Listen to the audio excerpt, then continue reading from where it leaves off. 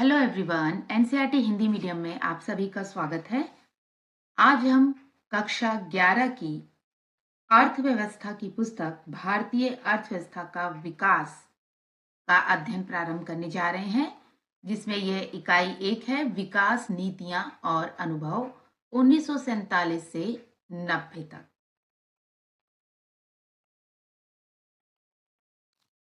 इस इकाई के 2 अध्यायों के द्वारा हम स्वतंत्रता पूर्व से लेकर नियोजित विकास के 4 दशकों तक के भारत द्वारा चुने गए पथ का समग्र रूप से अवलोकन करेंगे। तात्पर्य यह है कि भारत सरकार ने इसके लिए जो कठोर उपाय किए, जैसे योजना आयोग का निर्माण तथा पंचवर्षीय योजनाओं की घोषणा आदि का अध्ययन, पंचवर्षीय योजनाओं के समग्र अवलोकन तथा नियोजित विकास की विशेषताओं तथा परिसीमाओं के मूल्यांकन का अध्ययन इस इकाई में किया गया है। अध्याय 1, स्वतंत्रता की पूर्व संध्या पर भारतीय अर्थव्यवस्था। इस अध्याय को पढ़ने के बाद आप स्वतंत्रता प्राप्ति के समय वर्ष 1947 में भारत की अर्थव्यवस्था की दशा के बारे में जानेंगे। भारतीय अर्थव्यवस्था को अल्प विकास तथा गत्यावरोध की स्थिति में पहुंचा देने वाले कारकों से परिचित होंगे। भारत हमारे साम्राज्य की धुरी है। यदि हमारे साम्राज्य का कोई राज्य अलग हो जाता है तो हम जीवित रह सकते हैं। यदि हम भारत को खो देते हैं तो हमारे साम्राज्य का सूर्य अस्त हो जाएगा। ये वाक्य हैं विक्टर अलेक्जेंडर रूस के, जो कि 1894 में ब्रिटिश इंडिया के वायसराय थे। 1.1 परिचय। भारत का आर्थिक विकास शीर्षक इस पुस्तक का मूल्य उद्देश्य आपको भारतीय अर्थव्यवस्था की मूलभूत विशेषताओं की जानकारी देना और स्वतंत्रता प्राप्ति के बाद से हुए विकास से अवगत कराना है। यद्यपि देश की वर्तमान अवस्था तथा भविष्य की संभावनाओं की चर्चा करते समय उसके आर्थिक विकास पर ध्यान देना भी उतना ही महत्वपूर्ण होगा। इसलिए हम अपनी चर्चा का आरंभ स्वतंत्रता से पूर्व देश की अर्थव्यवस्था की स्थिति से कर रहे हैं। इसी क्रम में हम उन सब बातों की भी स्पष्ट पहचान करेंगे जिन्होंने स्वतंत्र भारत के विकास की रणनीतियों का निर्धारण करने में महत्वपूर्ण योगदान दिया है। भारतीय अर्थव्यवस्था की वर्तमान संरचना कोई आज की नहीं है। इसके मूल सूत्र तो इतिहास में बहुत गहरे हैं, विशेष रूप से उस अवधि में जब भारत 15 अगस्त 1947 को स्वतंत्रता प्राप्ति के पूर्व 200 वर्षों तक ब्रिटिश शासन के अधीन था। भारत में ब्रिटिश औपनिवेशिक शासन का मुख्य उद्देश्य इंग्लैंड में तेजी से विकसित हो रहे औद्योगिक आधार के लिए भारतीय अर्थव्यवस्था को केवल एक कच्चा माल प्रदायक तक ही सीमित रखना था। उस शासन की अधीनता के शोषण स्वरूप को समझे बिना स्वतंत्रता के बाद के पिछले 7 दशकों में भारत में हुए विकास का सही मूल्यांकन कर पाना संभव नहीं है। 1.2 औपनिवेशिक शासन के अंतर्गत निम्न स्तरीय आर्थिक विकास। अंग्रेजी शासन की स्थापना से पूर्व भारत की अपनी स्वतंत्र अर्थव्यवस्था थी। यद्यपि जन सामान्य की आजीविका और सरकार की आय का मुख्य स्रोत कृषि था, फिर भी देश की अर्थव्यवस्था में विभिन्न प्रकार की विनिर्माण गतिविधियां हो रही थीं। सूती व रेशमी वस्त्रों, धातु आधारित तथा बहुमूल्य मणि रत्न आदि से जुड़ी शिल्प कलाओं के उत्कृष्ट केंद्र के रूप में भारत विश्व भर में सुविख्यात हो चुका था।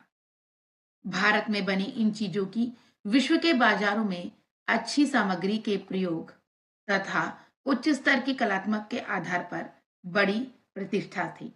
बॉक्स 1.1 देखें। आइए बच्चों, इस बॉक्स को देखें। बॉक्स 1.1 बंगाल का सूती उद्योग। मलमल एक विशेष प्रकार का सूती कपड़ा है। इसका मूल निर्माण क्षेत्र बंगाल, विशेषकर ढाका के आसपास का क्षेत्र रहा है। यह नगर अब बांग्लादेश की राजधानी है। ढाका के मलमल ने उत्कृष्ट कोटि के सूती वस्त्र के रूप में विश्व भर में बहुत ख्याति अर्जित की थी। यह बहुत ही महीन कपड़ा होता था। विदेशी यात्री इसे शाही मलमल या मलमल खास भी कहते थे। इसका आशय यही था कि वे इस कपड़े को शाही परिवारों के उपयोग के योग्य मानते थे। औपनिवेशिक शासकों द्वारा रची गई आर्थिक नीतियों का ध्येय भारत का आर्थिक विकास नहीं, बल्कि अपने मूल देश के आर्थिक हितों का संरक्षण और संवर्धन ही था। इन नीतियों ने भारत की अर्थव्यवस्था के स्वरूप के मूल रूप को बदल डाला।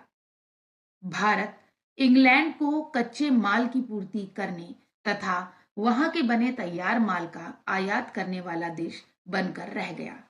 स्वाभाविक ही था कि औपनिवेशिक शासकों ने कभी इस देश को राष्ट्रीय तथा प्रति व्यक्ति आय का आकलन करने का ही ईमानदारी से कोई प्रयास नहीं किया। कुछ लोगों ने निजी स्तर पर आकलन किए, पर उनके अनुमानों में बहुत विसंगतियां और आपसी मतभेद भी रहे हैं। इन आकलनकर्ताओं में Dadabhai Naoroji, William Digby, Findlay Shirras, doctor V Rao तथा आर.सी. देसाई प्रमुख रहे हैं। औपनिवेशिक काल के दौरान डॉक्टर राव द्वारा लगाए गए अनुमान बहुत महत्वपूर्ण माने जाते हैं। फिर भी सभी अध्ययनकर्ता एक बात पर सहमत रहे हैं कि 20वीं शताब्दी के पूर्वार्ध में भारत की राष्ट्रीय आय की वार्षिक समृद्धि दर 2% से कम ही रही है तथा प्रति व्यक्ति उत्पाद वृद्धि दर तो मात्र 0.5% ही रह गई है। 1.3 कृषि क्षेत्र। ब्रिटिश औपनिवेशिक शासन के अंतर्गत भारत मूलतः एक कृषि अर्थव्यवस्था ही बना रहा। देश की लगभग 85% जनसंख्या जो गांवों में बसी थी, प्रत्यक्ष या परोक्ष रूप से कृषि के माध्यम से ही अपनी रोजी रोटी कमा रही थी। बॉक्स 1.2 देखें। आइए बॉक्स 1.2 देखें। बॉक्स 1.2 पूर्व ब्रिटिश काल में कृषि। 17वीं शताब्दी में भारत आए फ्रांसीसी यात्री बर्नियर ने तत्कालीन बंगाल का इस प्रकार वर्णन किया है। अपने 2 बार के भ्रमण के दौरान बंगाल के विषय में संग्रहित जानकारी के आधार पर मैं कह सकता हूं कि यह क्षेत्र मिस्र देश से कहीं अधिक समृद्ध है। यहाँ से सूती रेशमी वस्त्र, चावल, शक्कर और मक्खन का प्रचुर मात्रा में निर्यात होता है। यहाँ अपने आंतरिक उपभोग के लिए भी गेहूं, सब्जियां, अनाज, मुर्गी मुर्गियां, बतख आदि का भरपूर उत्पादन होता है। यहाँ सुअरों के बड़े बड़े झुंड तथा भेड़ बकरियों के विशाल झुंड भी विद्यमान हैं। इस क्षेत्र में हर प्रकार की मछलियां प्रचुरता में उपलब्ध हैं। राजमहल से लेकर समुद्र तक अतीत में परिवहन तथा सिंचाई के लिए गंगा नदी से बहुत यत्न और श्रम पूर्वक काट कर बनाई गई नहरों का जाल बिछा हुआ है। ये देखिए, ये चित्र 1.1 ब्रिटिश औपनिवेशिक शासन के अंतर्गत भारत में कृषि की गतिहीनता। 17वीं शताब्दी में अपने देश की कृषि समृद्धि के बारे में लिखिए। लगभग 200 वर्ष बाद जब ब्रिटिश भारत को छोड़कर गए, उस समय की कृषि की गतिहीनता के साथ इसकी तुलना कीजिए। तो इन प्रश्नों पर भी हम आगे चर्चा करेंगे।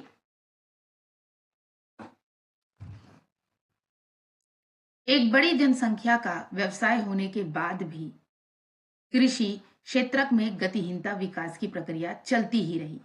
यही नहीं, अनेक अवसरों पर उसमें अप्रत्याशित ह्रास या गिरावट भी अनुभव की गई। भले ही कृषि अधीन क्षेत्र के प्रसार के कारण कुल कृषि उत्पादन में वृद्धि हुई हो, किंतु कृषि उत्पादकता में कमी आती रही। कृषि क्षेत्र की गतिहीनता का मुख्य कारण औपनिवेशिक शासन द्वारा लागू की गई भूव्यवस्था प्रणालियों को ही माना जा सकता है।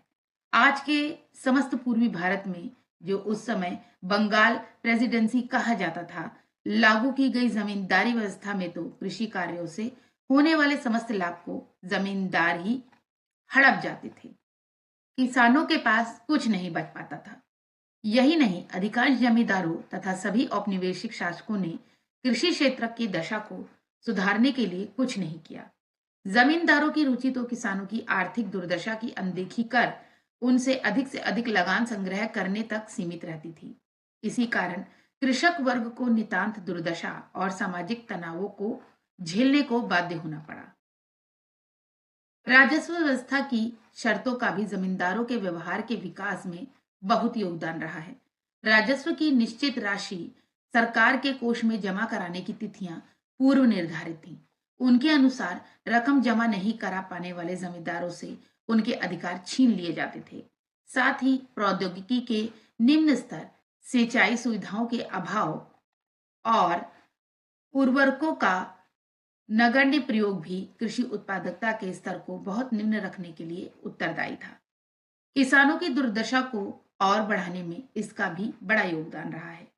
देश के कुछ क्षेत्रों में कृषि के व्यवसायीकरण के कारण नकदी फसलों की उच्च उत्पादकता के प्रमाण भी मिलते हैं, किंतु उस उच्च उत्पादकता के लाभ भारतीय किसानों को नहीं मिल पाते थे, क्योंकि उन्हें तो खाद्यान्न की खेती के स्थान पर नकदी फसलों का उत्पादन करना पड़ता था, जिनका प्रयोग अंततः इंग्लैंड में लगे कारखानों में किया जाता था। सिंचाई व्यवस्था में कुछ सुधार के बावजूद भारत बाढ़ नियंत्रण एवं भूमि की उपजाऊ शक्ति के मामले में पिछड़ा हुआ था, जबकि किसानों के एक छोटे से वर्ग ने अपने फसल पैटर्न को परिवर्तित कर खाद्यान्न फसलों की जगह वाणिज्यिक फसलें उगाना आरंभ किया। काश्तकारों के एक बड़े वर्ग तथा छोटे किसानों के पास कृषि क्षेत्र में निवेश करने के लिए ना ही संसाधन थे, ना तकनीक थी और ना ही प्रेरणा थी। 1.4 औद्योगिक क्षेत्र कृषि की ही भांति औपनिवेशिक व्यवस्था के अंतर्गत भारत एक सुदृढ़ औद्योगिक आधार का विकास भी नहीं कर पाया। देश की विश्व प्रसिद्ध शिल्प कलाओं का पतन हो रहा था, किंतु उस प्रतिष्ठित परंपरा का स्थान ले सकने वाले किसी आधुनिक औद्योगिक आधार की रचना नहीं होने दी गई। भारत के इस विऔद्योगिकीकरण के पीछे विदेशी शासकों का दोहरा उद्देश्य था। एक तो वे भारत को इंग्लैंड में विकसित हो रहे आधुनिक उद्योगों के लिए कच्चे माल का निर्यातक बनाना चाहते थे। दूसरे, वे उन उद्योगों के उत्पादन के लिए भारत को ही एक विशाल बाजार भी बनाना चाहते थे। इस प्रकार उन उद्योगों के प्रसार के सहारे वे अपने देश यानी ब्रिटेन के लिए अधिकतम लाभ सुनिश्चित करना चाहते थे। ऐसे आर्थिक परिदृश्य में भारतीय शिल्प कलाओं के पतन से जहां एक और भारी स्तर पर बेरोजगारी फैल रही थी, वहीं स्थानीय उत्पाद से वंचित भारतीय बाजारों में मांग का भी प्रसार हो रहा था। इस मांग को इंग्लैंड से सस्ते निर्मित उत्पादों के लाभपूर्ण आयात द्वारा पूरा किया गया। यद्यपि 19वीं शताब्दी के उत्तरार्ध में भारत में कुछ आधुनिक उद्योगों की स्थापना होने लगी, किंतु उनकी उन्नति बहुत धीमी ही रही। प्रारंभ में तो यह विकास केवल सूती वस्त्र और पटसन उद्योगों को आरंभ करने तक ही सीमित था। सूती कपड़ा मिलें प्रायः भारतीय उद्यमियों द्वारा ही लगाई गई थीं और ये देश के पश्चिमी क्षेत्रों, आज के महाराष्ट्र और गुजरात में ही अव्यवस्थित थीं। पटसन उद्योग की स्थापना का श्रेय विदेशियों को दिया जा सकता है। यह उद्योग केवल बंगाल प्रांत तक ही सीमित रहा। 20वीं शताब्दी के आरंभिक वर्षों में लोहा और इस्पात उद्योग का विकास प्रारंभ हुआ। टाटा आयरन स्टील कंपनी यानी TISCO की स्थापना 1907 में हुई। दूसरे विश्व युद्ध के बाद चीनी सीमेंट, कागज आदि के कुछ कारखाने भी स्थापित हुए, किंतु भारत में भावी औद्योगिकीकरण को प्रोत्साहित करने हेतु पूंजीगत उद्योगों का प्रायः अभाव ही बना रहा। पूंजीगत उद्योग वे उद्योग होते हैं जो तत्कालिक उपभोग में काम आने वाली वस्तुओं के उत्पादन के लिए मशीनों और कलपुर्जों का निर्माण करते हैं। यत्र तत्र कुछ कारखानों की स्थापना से देश की पारंपरिक शिल्पकला आधारित निर्माणशालाओं के पतन की भरपाई नहीं हो पाई। यही नहीं, नव औद्योगिक क्षेत्र की समृद्धि दर बहुत ही कम थी और सकल घरेलू यानी देशी उत्पाद या सकल वर्धित मूल्य में इसका योगदान भी बहुत कम रहा। इस नए उत्पादन क्षेत्र की एक अन्य महत्वपूर्ण कमी यह थी कि इसमें सार्वजनिक क्षेत्र का कार्यक्षेत्र भी बहुत कम रहा। वास्तव में ये क्षेत्र प्रायः रेलों, विद्युत उत्पाद, संचार, बंदरगाहों और कुछ विभागीय उपक्रमों तक ही सीमित थे।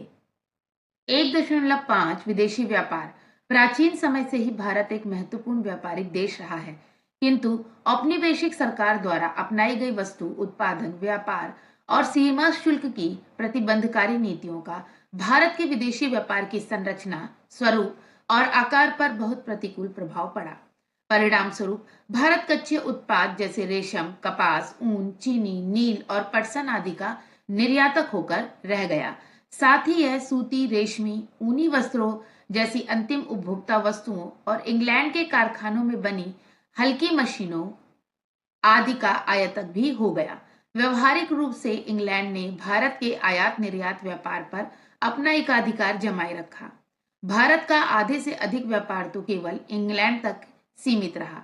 शेष कुछ व्यापार चीन, श्रीलंका और ईरान से भी होने दिया गया था। स्वेज नहर का व्यापार मार्ग खुलने से तो भारत के व्यापार पर अंग्रेजी नियंत्रण और भी सख्त हो गया। देखें बॉक्स 1.3। ये देखिए बॉक्स 1.3। स्वेज नहर के माध्यम से व्यापार। स्वेज नहर उत्तर पूर्वी मिस्र में स्वेज स्थल संधि के आर पार उत्तर से दक्षिण की ओर प्रवाहित होने वाला कृत्रिम जल मार्ग है। बच्चों, कृत्रिम जल मार्ग वह होता है जो कि हम मनुष्यों ने खुद बनाए हैं, ये प्राकृतिक नहीं होते हैं। ये देखिए, ये स्वेज नहर, ये देख रहे हैं आप, ये लाल सागर है और ये स्वेज नहर है और ये अरब सागर की तरफ जा रही है और यहां से ये देखिए ये भारत है। अब यहां पे देखिए, अगर यूनाइटेड किंगडम से किसी को भी आना है तो देखिए किस तरह से रास्ता है। ये यहां से होते हुए इस प्रकार से भारत आया जा सकता है बड़ी ही आसानी से। आगे देखते हैं। यह भूमध्य सागर की मिस्र पतन पोर्ट सईद को लाल सागर की एक प्रशाखा स्वेज की खाड़ी से जोड़ता है।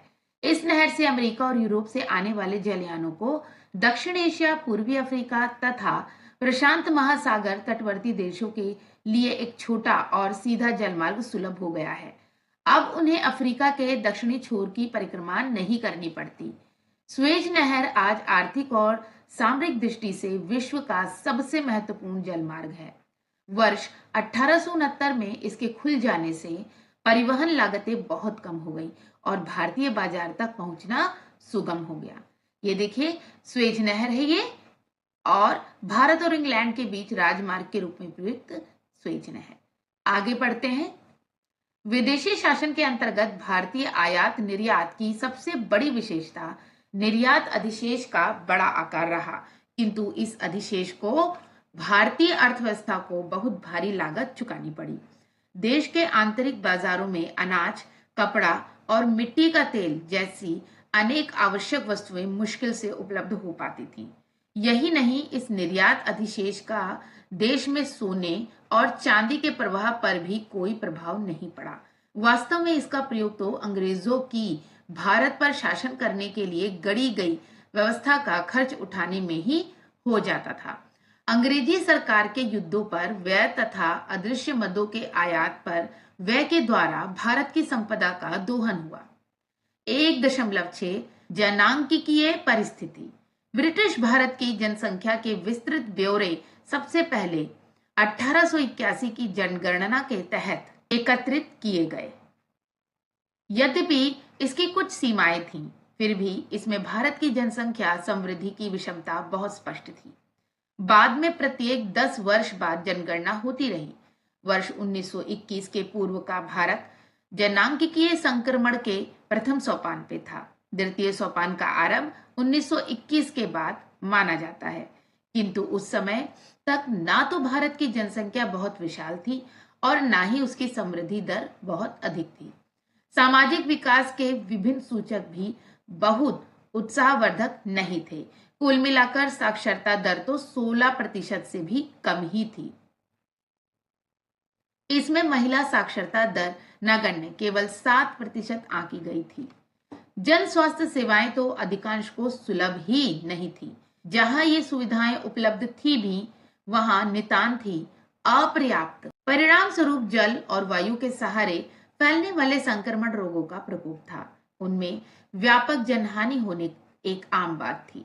कोई आश्चर्य नहीं कि उस समय सकल मृत्यु दर बहुत ऊंची थी। विशेष रूप से शिशु मृत्यु दर अधिक चौंकाने वाली थी। आज भले ही हमारे देश में शिशु मृत्यु दर 28 प्रति हजार हो गई है, पर उस समय तो ये दर 218 प्रति हजार थी। जीवन प्रत्याशा स्तर भी आज के 69 वर्ष की तुलना में केवल 32 वर्ष ही था। विश्वस्त आंकड़ों के अभाव में यह कह पाना कठिन है कि उस समय गरीबी का प्रसार कितना था। इसमें कोई संदेह नहीं है कि औपनिवेशिक शासन के दौरान भारत में अत्यधिक गरीबी व्याप्त थी। परिणाम स्वरूप भारत की जनसंख्या की दशा और भी बदतर हो गई। ये चित्र देख रहे हैं आप, चित्र 1.3। भारत की जनसंख्या का एक बड़ा भाग मूल आवश्यकता जैसे कि घर से वंचित था। इनके पास घर नहीं है और ये झोपड़ियां बना बना के रह रहे हैं।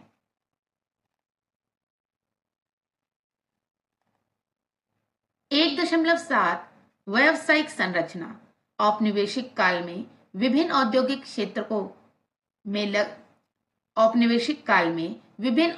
क्षेत्रों में लगे कार्यशील श्रमिकों के आनुपातिक विभाजन में कोई परिवर्तन नहीं आया। कृषि सबसे बड़ा व्यवसाय था, जिसमें 70 से 75% जनसंख्या लगी थी। विनिर्माण तथा सेवा क्षेत्रों में क्रमशः 10% तथा 15 से 20% जन समुदाय को रोजगार मिल पा रहा था। क्षेत्रीय विषमताओं में वृद्धि एक बड़ी विलक्षणता रही। उस समय की मद्रास प्रेसिडेंसी आज के तमिलनाडु, आंध्र, कर्नाटक और केरल प्रांतों के क्षेत्र, मुंबई और बंगाल के कुछ क्षेत्रों में कार्यबल की कृषि क्षेत्र पर निर्भरता में कमी आ रही थी। विनिर्माण तथा सेवा क्षेत्रों का महत्व तदनुरूप बढ़ रहा था, किंतु उसी अवधि में पंजाब, राजस्थान और उड़ीसा के क्षेत्रों में कृषि में लगे श्रमिकों के अनुपात में वृद्धि आंकी गई। 1.8 आधारिक संरचना। औपनिवेशिक शासन के अंतर्गत देश में रेलों, पतनों, जल परिवहन व डाक तार आदि का विकास हुआ। इसका ध्येय जन सामान्य को अधिक सुविधाएं प्रदान करना नहीं था। ये कार्य तो औपनिवेशिक हित साधन के ध्येय से किए गए थे। अंग्रेजी शासन से पहले बनी सड़कें आधुनिक यातायात साधनों के लिए उपयुक्त नहीं थी। जो सड़कें उन्होंने बनाई, उनका ध्येय भी देश के भीतर उनकी सेनाओं के आवागमन की सुविधा तथा देश के भीतरी भागों से कच्चे माल को निकटतम रेलवे स्टेशन या पतन तक पहुंचाने में सहायता करना मात्र था। इस प्रकार माल को इंग्लैंड या अन्य लाभकारी बाजारों तक पहुंचाना आसान हो जाता था। ग्रामीण क्षेत्रों तक माल पहुंचाने में सक्षम सभी मौसम में उपयोग होने वाले सड़क मार्गों का अभाव निरंतर बना ही रहा। वर्षा काल में तो यह अभाव और भी भीषण हो जाता था। स्वाभाविक ही था कि प्राकृतिक आपदाओं और अकाल आदि की स्थिति में ग्रामीण क्षेत्रों में बसे देशवासियों का जीवन कठिनाइयों के कारण दूभर हो जाता था। अंग्रेजों ने 1850 में भारत में रेलों का आरंभ किया। यही उनका सबसे महत्वपूर्ण योगदान माना जाता है। रेलों ने भारत की अर्थव्यवस्था की संरचना को दो महत्वपूर्ण तरीकों से प्रभावित किया। एक तो इससे लोगों को भू क्षेत्रीय एवं सांस्कृतिक व्यवधानों को कम कर आसानी से लंबी यात्राएं करने के अवसर प्राप्त हुए, तो दूसरी ओर भारतीय कृषि के व्यवसायीकरण को बढ़ावा मिला। किंतु इस व्यवसायीकरण का भारतीय ग्रामीण अर्थव्यवस्थाओं के आत्मनिर्भरता के स्वरूप पर विपरीत प्रभाव पड़ा। बच्चों, ये देखिए, ये चित्र मुंबई तथा ठाणे को जोड़ने वाला पहला रेल पुल 1854 में बना। ये देखिए, भारत के निर्यात में निसंदेह विस्तार हुआ, परंतु इसके लाभ भारतवासियों को मुश्किल से ही प्राप्त हुए। इस प्रकार जन सामान्य को मिले सांस्कृतिक लाभ व्यापक होते हुए भी देश की आर्थिक हानि की भरपाई नहीं कर पाए। सड़कों तथा रेलों के विकास के साथ साथ औपनिवेशिक व्यवस्था के आंतरिक व्यापार तथा समुद्री राजमार्ग के विकास पर भी ध्यान दिया, किंतु ये उपाय बहुत संतोषजनक नहीं थे। उस समय के आंतरिक जलमार्ग अलाभकारी सिद्ध हुए। उड़ीसा की तटवर्ती नहर इसका विशेष उदाहरण है। यद्यपि इस नहर का निर्माण सरकारी कोष से किया गया था, तथापि यह रेल मार्ग से स्पर्धा नहीं कर पाई। नहर के समानांतर रेल मार्ग विकसित होने के बाद अंततः उस जल मार्ग को छोड़ दिया गया। भारत में विकसित की गई महंगी तार व्यवस्था का मुख्य ध्येय तो कानून व्यवस्था को बनाए रखना ही था। दूसरी ओर डाक सेवाएं अवश्य जन सामान्य को सुविधा प्रदान कर रही थी, किंतु वे बहुत ही अपर्याप्त थी। आधारित संरचनाओं की वर्तमान अवस्था के विषय में आपको अध्याय 8 में विस्तृत जानकारी दी जाएगी। 1.9 निष्कर्ष। स्वतंत्रता प्राप्ति तक 200 वर्षों के विदेशी शासन का प्रभाव भारतीय अर्थव्यवस्था के प्रत्येक आयाम पर अपनी पैठ बना चुका था। कृषि क्षेत्र पहले से ही अत्यधिक श्रम अधिशेष के भार से लदा हुआ था। उसकी उत्पादकता का स्तर भी बहुत कम था। औद्योगिक क्षेत्र भी आधुनिकीकरण, वैविध्य, क्षमता संवर्धन और सार्वजनिक निवेश में वृद्धि की मांग कर रहा था। ये देखिए, यह टाटा एयरलाइंस है। टाटा संघ के विभाग के रूप में इस कंपनी की स्थापना 1932 में भारत उड्डयन क्षेत्र की नींव रखी गई। ये देखिए, आगे चलते हैं। विदेशी व्यापार तो केवल इंग्लैंड की औद्योगिक क्रांति को पोषित कर रहा था। प्रसिद्ध रेलवे नेटवर्क सहित सभी आधारिक संरचनाओं में उन्नयन, प्रसार तथा जनोन्मुखी विकास की आवश्यकता थी। व्यापक गरीबी और बेरोजगारी भी सार्वजनिक आर्थिक नीतियों को जन कल्याणोन्मुखी बनाने का आग्रह कर रही थी। संक्षेप में, देश में सामाजिक और आर्थिक चुनौतियां बहुत अधिक थी। तो बच्चों, यहाँ पे ये अध्याय समाप्त हुआ। अध्याय 1 स्वतंत्रता की पूर्व संध्या पर भारतीय अर्थव्यवस्था से संबंधित प्रश्न उत्तरों पर चर्चा करेंगे। प्रश्न 1, भारत में औपनिवेशिक शासन की आर्थिक नीतियों का केंद्र बिंदु क्या था? उन नीतियों के क्या प्रभाव हुए? उत्तर, भारत में औपनिवेशिक शासन की आर्थिक नीतियों का केंद्र बिंदु इंग्लैंड में तेजी से हो रहे औद्योगिक विकास के लिए भारतीय अर्थव्यवस्था को केवल एक पोषक अर्थव्यवस्था तक सीमित रखना था। इन नीतियों का मुख्य उद्देश्य भारत के संसाधनों का दोहन करना और ब्रिटेन के औद्योगिक हितों की पूर्ति करना था। अब इनके प्रभाव। इन नीतियों के भारतीय अर्थव्यवस्था पर निम्नलिखित प्रमुख प्रभाव हुए। कृषि क्षेत्र की गतिहीनता, ये पहला प्रभाव था। भारतीय कृषि को केवल कच्चे माल के उत्पादन तक सीमित कर दिया गया, जिससे कृषि क्षेत्र में ठहराव आ गया और किसानों की स्थिति बदतर हो गई। अगला है औद्योगिकीकरण का अभाव और हस्तकला उद्योगों का पतन। ब्रिटेन के तैयार माल के आयात को बढ़ावा दिया गया और भारतीय हस्तकला उद्योगों को हतोत्साहित किया गया, जिससे उनका पतन हो गया और भारत में आधुनिक औद्योगिकीकरण का विकास बाधित हुआ। अगला है राष्ट्रीय आय और प्रति व्यक्ति आय में कमी। संसाधनों के दोहन और भारतीय अर्थव्यवस्था के शोषण के कारण राष्ट्रीय आय और प्रति व्यक्ति आय में उल्लेखनीय कमी आई, जिससे गरीबी और अविकसितता बढ़ी। अगला है भारतीय संपत्ति का निष्कासन। भारत से धन और संसाधनों का बड़े पैमाने पर ब्रिटेन में निष्कासन हुआ, जिसे ड्रेन ऑफ वेल्थ के रूप में जाना जाता है। सामाजिक और आर्थिक असमानता में वृद्धि। इन नीतियों ने भारतीय समाज में सामाजिक और आर्थिक असमानता को बढ़ावा दिया। चलिए प्रश्न 2 देखते हैं। औपनिवेशिक काल के दौरान भारत की प्रति व्यक्ति आय का अनुमान लगाने वाले कुछ उल्लेखनीय अर्थशास्त्रियों के नाम बताइए। उत्तर है Dadabhai Naoroji, VKRV Rao, William Digby, Findlay Shirras और RC देसाई। प्रश्न 3, औपनिवेशिक काल के दौरान भारत की कृषि स्थिरता के मुख्य कारण क्या थे? उत्तर, भारतीय कृषि आदिम और गतिहीन थी। कृषि क्षेत्र में गतिरोध के मुख्य कारण निम्नलिखित थे। भू स्वामित्व प्रणाली। भारत में ब्रिटिश शासकों द्वारा लागू की गई भू स्वामित्व प्रणाली के 3 रूप थे। पहला है जमींदारी प्रथा, दूसरा महालवारी प्रथा, तीसरा रैयतवारी प्रथा। अब एक एक करके इनको हम अच्छे से समझेंगे। नंबर 1, जमींदारी व्यवस्था।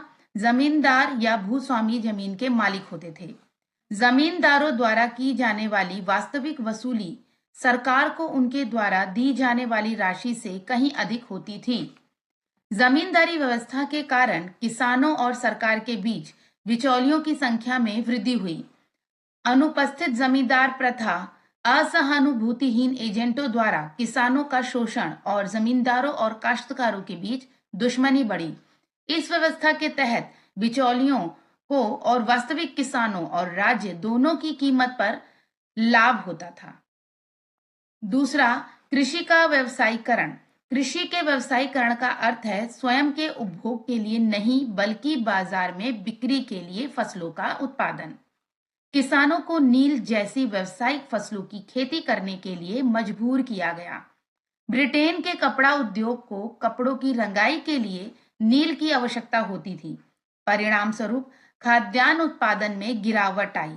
किसानों को बार बार अकाल का सामना करना पड़ा। भारतीय कृषि इंग्लैंड के लिए कच्चे माल के निर्यातक क्षेत्र में बदल गई। तीसरा, देश का विभाजन। 1947 में देश के विभाजन का भारत के कृषि उत्पादन पर भी प्रतिकूल प्रभाव पड़ा। पश्चिमी पंजाब और सिंध के समृद्ध खाद्यान्न उत्पादक क्षेत्र पाकिस्तान में चले गए। इससे देश में खाद्य संकट पैदा हो गया। साथ ही जूट उत्पादन के अंतर्गत आने वाली सारी उपजाऊ भूमि पूर्वी पाकिस्तान में चली गई। विभाजन के कारण जूट उद्योग सबसे अधिक प्रभावित हुआ। इस प्रकार ब्रिटिश शासन के तहत भारतीय कृषि पिछड़ी, गतिहीन और निष्क्रिय हो गई। स्वतंत्रता की पूर्व संध्या पर भारतीय अर्थव्यवस्था। प्रश्न 4, स्वतंत्रता के समय हमारे देश में कार्यरत कुछ आधुनिक उद्योगों के नाम बताइए। उत्तर, Tata iron and steel company, जिसे कि टिस्को कहा गया, की स्थापना अगस्त 1907 में भारत में हुई थी। इसने अपना पहला संयंत्र जमशेदपुर यानी बिहार राज्य में स्थापित किया था। द्वितीय विश्व युद्ध के बाद जिन अन्य उद्योगों की शुरुआत हुई वे थे चीनी, सीमेंट, रसायन और कागज उद्योग।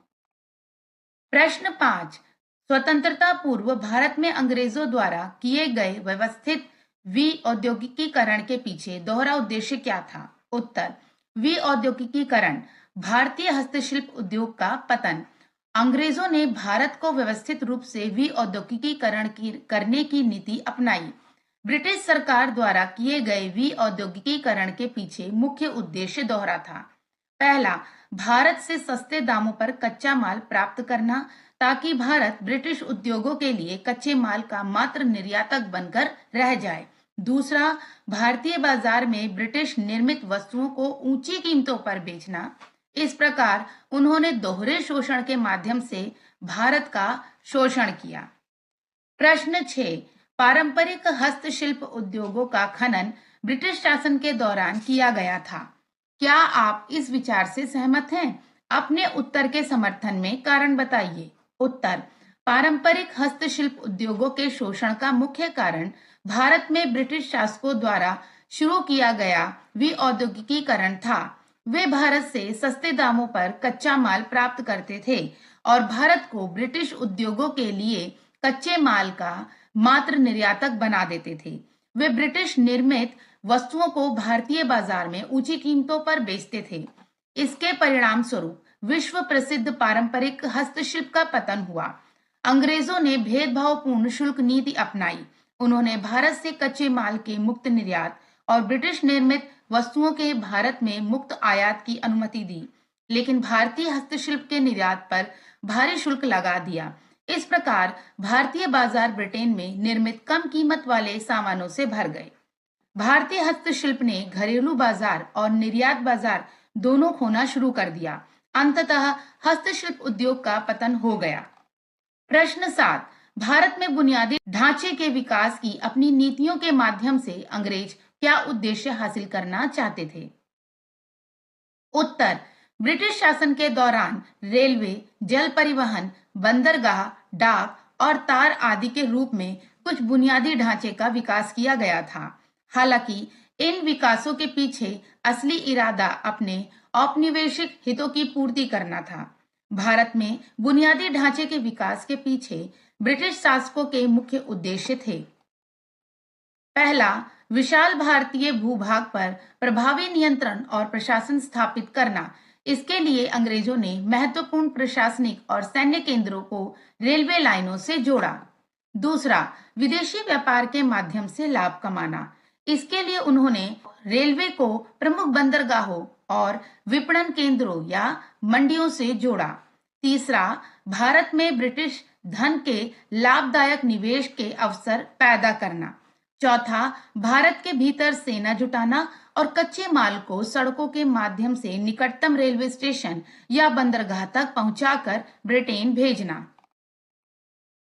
प्रश्न 8, ब्रिटिश औपनिवेशिक प्रशासन द्वारा अपनाई गई औद्योगिक नीति की कुछ कमियों का आलोचनात्मक मूल्यांकन कीजिए। उत्तर, स्वतंत्रता की पूर्व संध्या पर भारतीय औद्योगिक क्षेत्र की स्थिति इस प्रकार थी।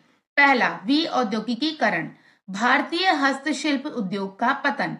अंग्रेजों ने भारत को व्यवस्थित रूप से विऔद्योगिकीकरण करने की नीति अपनाई। ब्रिटिश सरकार द्वारा विऔद्योगिकीकरण के पीछे मुख्य उद्देश्य दो तरफा थे। का यानी पहला, भारत से सस्ते दामों पर कच्चा माल प्राप्त करना ताकि भारत ब्रिटिश उद्योगों के लिए कच्चे माल का मात्र निर्यातक बनकर रह जाए। दूसरा, ब्रिटिश निर्मित वस्तुओं को भारतीय बाजार में ऊंची कीमतों पर बेचना। इस प्रकार उन्होंने दोहरे शोषण के माध्यम से भारत का शोषण किया। इसके परिणाम स्वरूप विश्व प्रसिद्ध पारंपरिक हस्तशिल्प का पतन हुआ। अंग्रेजों ने भेदभावपूर्ण शुल्क नीति अपनाई। इसने भारत से कच्चे माल के मुक्त निर्यात और भारत में ब्रिटिश तैयार माल के मुक्त आयात की अनुमति दी, लेकिन भारतीय हस्तशिल्प के निर्यात पर भारी शुल्क लगा दिया। इस तरह भारतीय बाजार ब्रिटेन में निर्मित कम कीमत वाले सामानों से भर गए। भारतीय हस्तशिल्प घरेलू बाजार और निर्यात बाजार दोनों खोने लगे। अंततः हस्तशिल्प उद्योग का पतन हो गया। नंबर 2, असंतुलित आधुनिक औद्योगिक संरचना। भारतीय उद्योगों की असंतुलित संरचना भारत में ब्रिटिश शासन की विरासत है। ब्रिटिश शासकों ने ना तो उद्योगों के आधुनिकीकरण की अनुमति दी और ना ही उन्होंने भारत में भारी उद्योगों के विकास को प्रोत्साहित किया। 1850-55 की अवधि में पहली सूत मिल, पहली जूट मिल और पहली कोयला खदान की स्थापना हुई। 19वीं शताब्दी के अंत तक 194 सूती मिलें और 36 जूट मिलें थीं। सूती कपड़ा मिलें देश के पश्चिमी भागों, महाराष्ट्र और गुजरात राज्यों में स्थित थीं। बंगाल में जूट मिलें मुख्य रूप से ब्रिटिश पूंजीपतियों द्वारा स्थापित की गई थीं। ब्रिटिश शासन के दौरान पहला लोहा और इस्पात उद्योग Tata iron and steel company यानी टिस्को था, जिसकी स्थापना अगस्त 1907 में जमशेदपुर यानी बिहार में हुई थी। कुछ अन्य उद्योग जिनकी द्वितीय विश्व युद्ध के बाद मामूली शुरुआत हुई वे थे चीनी, सीमेंट, रसायन और कागज उद्योग। तीसरा, पूंजीगत वस्तु उद्योगों का अभाव था। अंग्रेजों की नीति केवल उन उद्योगों को विकसित करने की थी जो ब्रिटिश उद्योगों के साथ कभी प्रतिस्पर्धा नहीं कर सकते थे। वे हमेशा चाहते थे कि भारत पूंजीगत वस्तुओं और भारी उपकरणों की आपूर्ति के लिए ब्रिटेन पर निर्भर रहे। इस प्रकार ब्रिटिश शासन के दौरान कुछ उपभोक्ता वस्तु उद्योगों का विकास हुआ। भारी उद्योग कुल मिलाकर अपनी अनुपस्थिति के कारण स्पष्ट थे। इसके परिणाम स्वरूप भारत में उद्योगों का असंतुलित और एक तरफा विकास हुआ। नंबर 4, सार्वजनिक क्षेत्र का सीमित संचालन। सार्वजनिक क्षेत्र रेलवे, बिजली उत्पादन, संचार, बंदरगाहों और कुछ अन्य विभागीय उपक्रमों तक ही सीमित था। चलिए प्रश्न 9 पढ़ते हैं। प्रश्न 9, औपनिवेशिक काल में भारतीय धन के निष्कासन से आप क्या समझते हैं?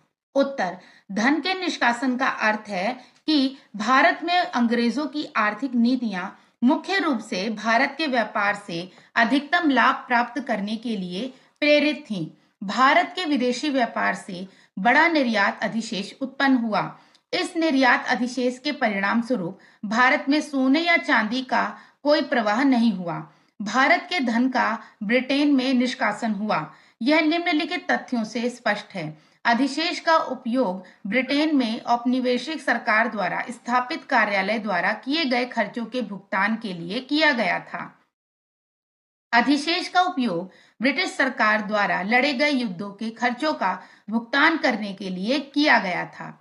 अधिशेष का उपयोग अदृश्य वस्तुओं के आयात के भुगतान के लिए किया गया था।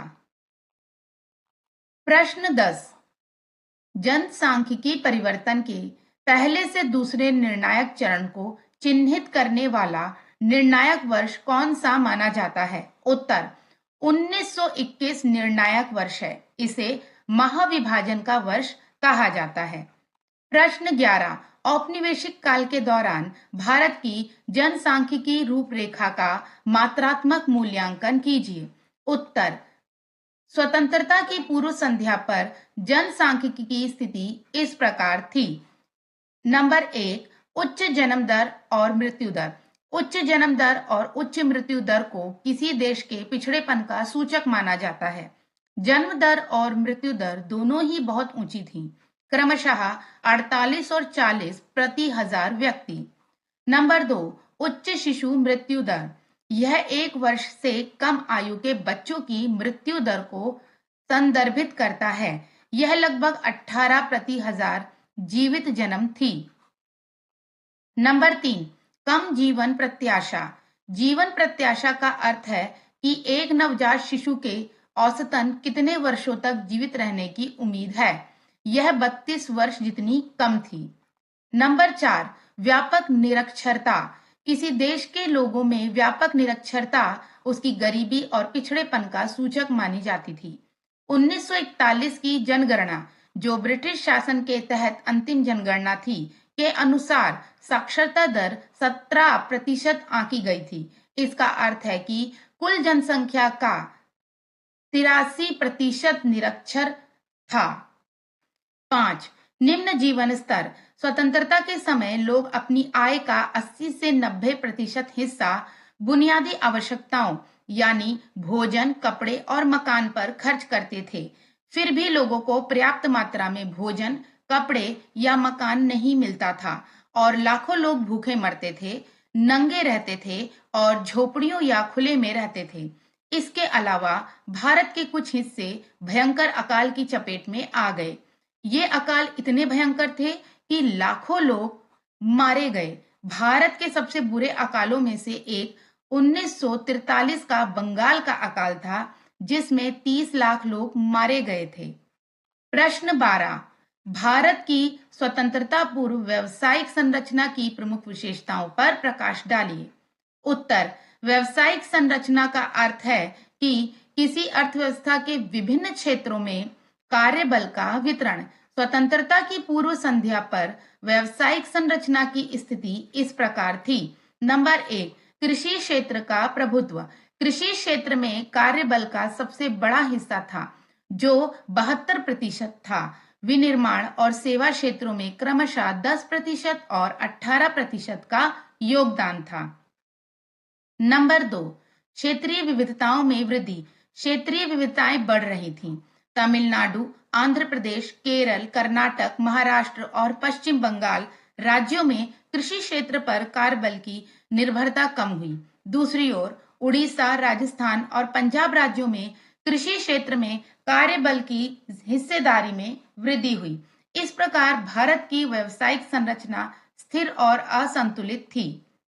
प्रश्न 13, स्वतंत्रता के समय भारत की कुछ सबसे महत्वपूर्ण आर्थिक चुनौतियों को रेखांकित कीजिए। उत्तर स्वतंत्रता के समय सबसे महत्वपूर्ण आर्थिक चुनौतियां थीं कम औद्योगिकीकरण और हस्तशिल्प का ह्रास, कम कृषि उत्पादन और अनाज का अधिक आयात, राष्ट्रीय आय और प्रति व्यक्ति आय का निम्न आंकड़ा जो अत्यधिक गरीबी को दर्शाता है, अत्यंत सुस्त आर्थिक प्रगति, बेरोजगारी और अल्प रोजगार, और अंतिम है बहुत ऊंची शिशु मृत्यु दर, कम जीवन प्रत्याशा और निम्न जीवन स्तर। प्रश्न 14, भारत की पहली आधिकारिक जनगणना कब की गई थी? उत्तर पहली आधिकारिक जनगणना वर्ष 1881 में की गई थी। प्रश्न 15, स्वतंत्रता के समय व्यापार की मात्रा और दिशा बताइए। उत्तर भारत प्राचीन काल से ही एक महत्वपूर्ण व्यापारिक राष्ट्र रहा है, लेकिन ब्रिटिश सरकार द्वारा अपनाई गई वस्तु उत्पादन, व्यापार और शुल्क संबंधी प्रतिबंधात्मक नीतियों ने भारत के विदेशी व्यापार की संरचना, संगठन और मात्रा पर प्रतिकूल प्रभाव डाला। स्वतंत्रता की पूर्व संध्या पर भारत के विदेशी व्यापार की स्थिति इस प्रकार थी। नंबर 1, कच्चे माल का शुद्ध निर्यातक और तैयार माल का आयातक। भारत कच्चे माल जैसे रेशम, कपास, ऊन, चीनी, नील, जूट आदि जैसे प्राथमिक उत्पादों का निर्यातक और कपास, रेशम और ऊनी कपड़े जैसे तैयार उपभोक्ता वस्तुओं और ब्रिटेन के कारखानों में उत्पादित हल्की मशीनरी जैसे पूंजीगत वस्तुओं का आयातक बन गया। स्वतंत्रता के समय ब्रिटेन भारत का प्रमुख आपूर्तिकर्ता था, जो कुल आयात में 31% से अधिक का योगदान देता था। आयात की प्रमुख वस्तु खाद्यान्न थी और 1947 तक खाद्यान्न आयात 30 लाख टन के स्तर को छू गया था। नंबर 2, ब्रिटेन का विदेशी व्यापार पर एकाधिकार था। 1869 में स्वेज नहर के खुलने से भारत और ब्रिटेन के बीच चलने वाले जहाजों के लिए एक सीधा मार्ग उपलब्ध था। यह नहर भूमध्य सागर स्थित पोर्ट सईद को स्वेज की खाड़ी से जोड़ती थी। इसने यूरोपीय या अमेरिकी बंदरगाहों और दक्षिण एशिया, पूर्वी अफ्रीका और ओशिनिया में स्थित बंदरगाहों के बीच चलने वाले जहाजों के लिए एक सीधा व्यापार मार्ग प्रदान किया। इससे परिवहन की लागत कम हुई और भारतीय बाजार पर पहुंच आसान हुई।